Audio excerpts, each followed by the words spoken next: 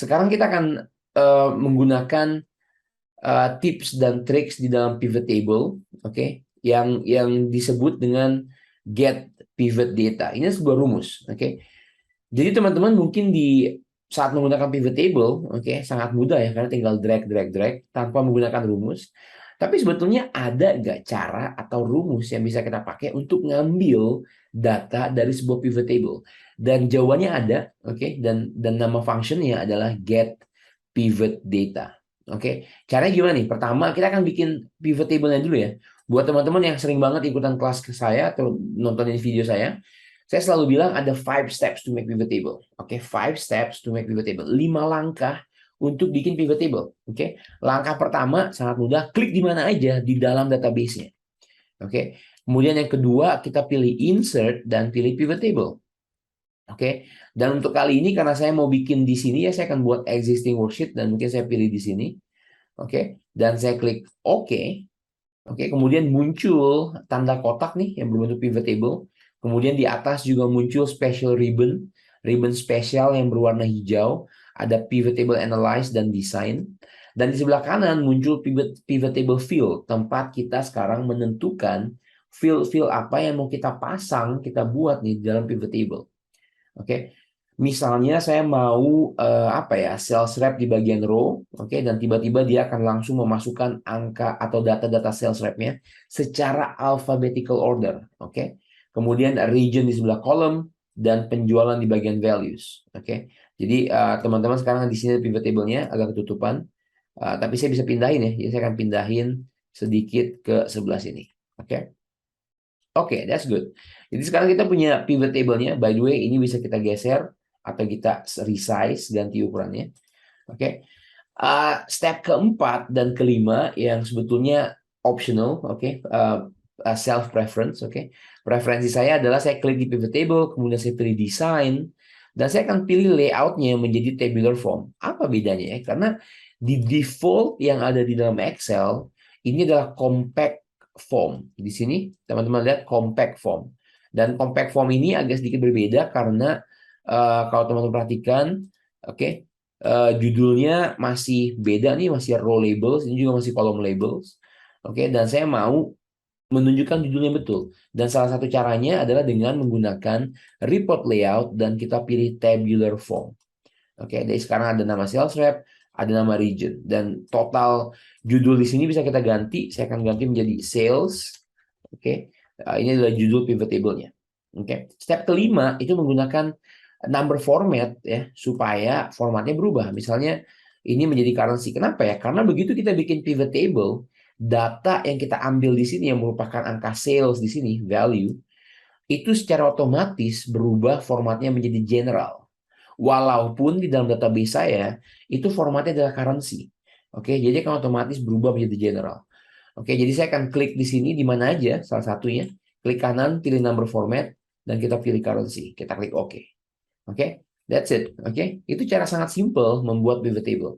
Nah, sekarang pertanyaannya adalah kalau kita perlu bikin summary report untuk mendapatkan jumlah total penjualan, bagaimana caranya?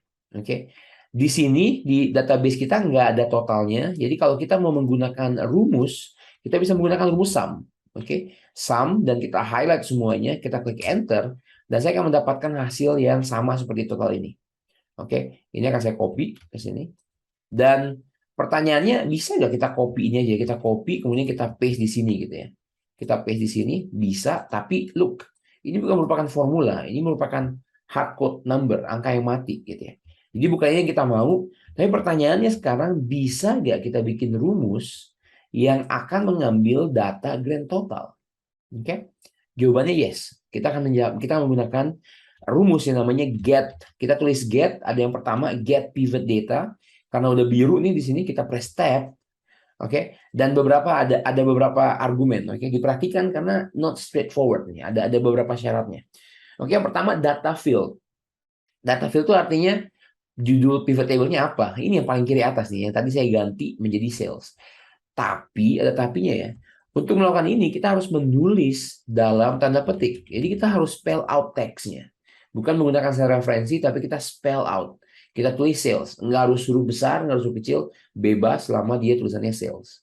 Oke, titik koma.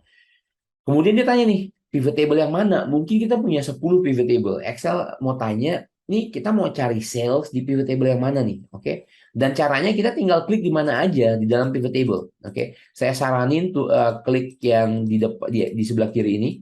Karena kalau saya klikkan di tengah, datanya akan sangat panjang. Oke. Jadi kita akan klik cukup yang di sini. Oke. Kemudian, nah, sisanya adalah kriteria. Tapi dalam hal ini kita nggak mau ambil kriteria, kita cuma mau ambil totalan aja. Oke, jadi saya akan kurung tutup langsung dan enter, dan saya akan mendapatkan jawaban yang sama.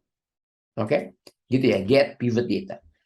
Kemudian contoh yang lain, gimana caranya buat dapat penjualan Andi Ade di region Jawa. Dengan menggunakan rumus, kita harus menggunakan sum ifs, teman-teman. Sum ifs. Oke, sum kriterianya di mana? Ini kriteria untuk kita sum. Oke, bukan sum range ya, sorry. Sum range di situ. Kriteria range di mana? Range di mana kriteria kita berada. Ini adalah Andi Ade dan Andi Ade berada di sini. Jadi kita blok. Oke, kriterianya apa? Kriterianya namanya nih, Andi Ade. Oke. Kemudian kriteria yang kedua, kita mau cari penjualannya regionnya di Jawa. Jadi range di mana? Kata Jawa ini ada di mana? Oh, ada di sini. Saya akan blok ini semua. Oke, dan kriterianya adalah Jawa and kurung tutup gitu ya. Jadi pertama kita highlight range-nya di mana nih? Mau di sum yang mana? Oh, sum penjualan. Oke. Kemudian kita akan cari si Andi Ade ya. Cari mana dia? Oh, ini Andi Ade nih. Kemudian kita akan cari di Jawa. Oh, ini Jawa juga. Oh, berarti ini angkanya. Oke. Excel akan terus ke bawah cari Andi Ade. Yes, ini dia. Tapi ini Sumatera, berarti bukan ya. Oke, dia lanjut lagi ke bawah sampai dia ketemu yang hanya Andi Ade dan Jawa, dan dia akan menjumlahkan semuanya. Oke, enter. Jawabannya adalah 55.434.000 bla bla bla. Which is sama seperti di sini. Oke. Nah, sekarang kalau kita nggak mau ngambil data dari database, mau ngambil data dari pivot table, gimana caranya? Oke, get pivot data. Data fieldnya adalah sales. Oke, pivot table-nya kita klik di sini aja. Sorry, tanda titik koma. Pivot table-nya kita klik di sini. Kemudian fieldnya apa nih? Lagi-lagi kita harus menulis ya teman-teman. Jadi saya mau cari sales rep. Oke, sales rep. Sales rep-nya siapa? Kita bisa klik Andi Ade. Oke. Kriteria kedua, kita mau cari region.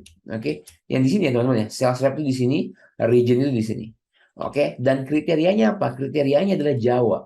Oke, kurung tutup, enter. Dan kita mendapatkan jawaban yang sama.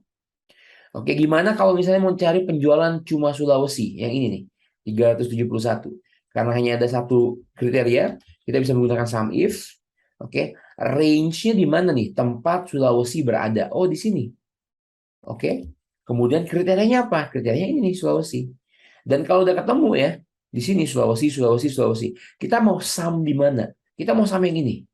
Jadi Excel begitu dia ketemu Sulawesi di bawah, dia akan ambil 62 ditambah 65, ini Sulawesi lagi nih, tambah 146, Sulawesi lagi tambah 30 dan seterusnya. Oke, kurung tutup enter dan kita mendapatkan jawaban yang sama seperti dari table di pivot table. Oke. Buat dapat data pivot table, get pivot data. Data fieldnya apa nih? Sales. Oke. Pivot table-nya di mana? Oh, yang ini. Oke. Kemudian fieldnya, kriterianya. Kriterianya apa? Saya mau tulis region. Nggak harus R-nya huruf besar, R huruf kecil juga bisa. Itemnya apa? Ini dia, Sulawesi. Oke. Kurung tutup, enter, dan kita mendapatkan jawaban yang sama. Oke. Kalau sekarang saya mau cari total penjualan Ika Indah yang 298. Oke, saya akan lagi-lagi menggunakan sum if. Oke, range-nya di mana? Range nama Ika Indah berada di sini. Oke, dan kriterianya adalah Ika Indah. Dan kalau udah ketemu nih, mana sih si Ika Indah? Oh, ini dia nih. Oke, kita mau ngesum data yang di sini. Oke, Ika Indah 74 diambil. Ika Indah 48 juta diambil. Dan semua diambil dan dijumlahkan. Enter. 298 juta. Sama seperti di sini. Oke. Dan untuk mendapatkan data dari pivot table, kita ambil get pivot data. Data field-nya apa nih? Oke, sales. Lagi-lagi dalam tanda petik, teman-teman jangan lupa, karena kalau kita mau masukin teks dalam rumus, kita harus menggunakan tanda petik. Oke, pivot table di mana? Klik di mana aja. Oke. Kemudian field yang pertama kita mau cari sales rep. Nggak harus ada huruf besarnya, huruf kecil semua is oke. Dan itemnya adalah Ika Indah. Oke. Saya bahkan nggak harus kurung tutup karena hanya ada satu function. Saya bisa langsung enter dan kita mendapatkan jawaban yang sama di sini. Oke. Jadi, rumus ini mungkin nggak umum, jarang dipakai, tapi ada kalanya kita harus mengambil data dari sebuah pivot table. Oke. Misalnya database-nya di hide dan di protect, kita nggak bisa akses, kita cuma punya ini aja gitu ya, data pivot table-nya, dan kita bisa banget ngambil datanya dengan menggunakan get pivot data.